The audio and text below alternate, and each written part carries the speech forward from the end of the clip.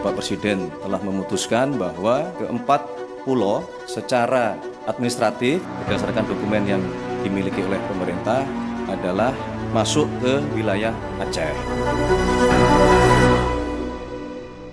Presiden Prabowo Subianto memutuskan bahwa 4 pulau yang disengketakan masuk dalam wilayah Aceh pada Selasa 17 Juni 2025.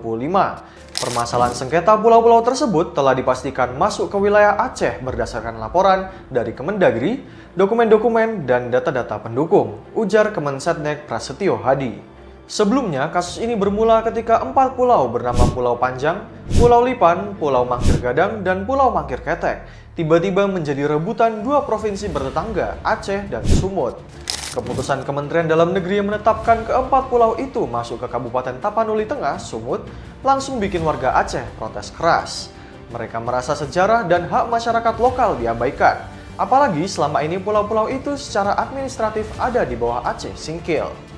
Melihat polemik semakin panas, Wakil Menteri Dalam Negeri Bima Arya menegaskan keputusan soal 4 pulau itu masih bisa berubah. Tidak ada keputusan yang tidak bisa diubah atau diperbaiki, ujarnya. Artinya pintu revisi masih terbuka lebar, apalagi Kemendagri baru saja menemukan bukti baru alias novum yang katanya bakal menjadi pertimbangan penting untuk Presiden Prabowo Subianto sebelum mengambil keputusan final. Rapat lintas instansi pun digelar dari Kemendagri, Kementerian Pertahanan, Badan Informasi Geospasial, sampai TNI AL dan AD. Semua duduk bareng untuk membahas data sejarah, politik, sosial, hingga budaya. Namun, Setara Institut mengingatkan pemerintah pusat harus netral. Jangan sampai terlihat condong ke Sumut. 4 pulau itu punya Aceh, masyarakatnya pun berKTP Aceh. Tegas Halili Hasan dari Setara Institut. Ia menyebut keputusan Kemendagri sebelumnya sebagai langkah blunder yang bisa memperkeruh suasana. Bola panas kemudian ada di tangan Presiden Prabowo. Kepala Kantor Komunikasi Kepresidenan Hasan Nasbi memastikan Prabowo akan mengambil keputusan secepatnya dengan pertimbangan seluruh aspirasi masyarakat dan catatan sejarah. Tetapi ingat, dalam sistem NKRI, kedaulatan wilayah sepenuhnya di tangan pemerintah pusat. Pemerintah daerah hanya punya kewenangan administratif. Jadi, siapapun yang menang, keputusan pusat harus diterima semua pihak. Dialog dan kepala dingin menjadi kunci, bukan emosi atau ego daerah.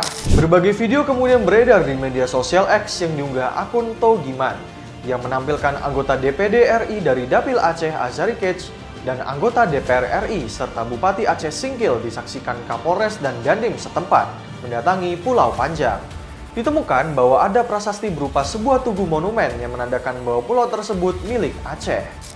Bagaimana menurut Sobat Suara? Apakah permasalahan identitas pulau ini masih perlu diperdebatkan?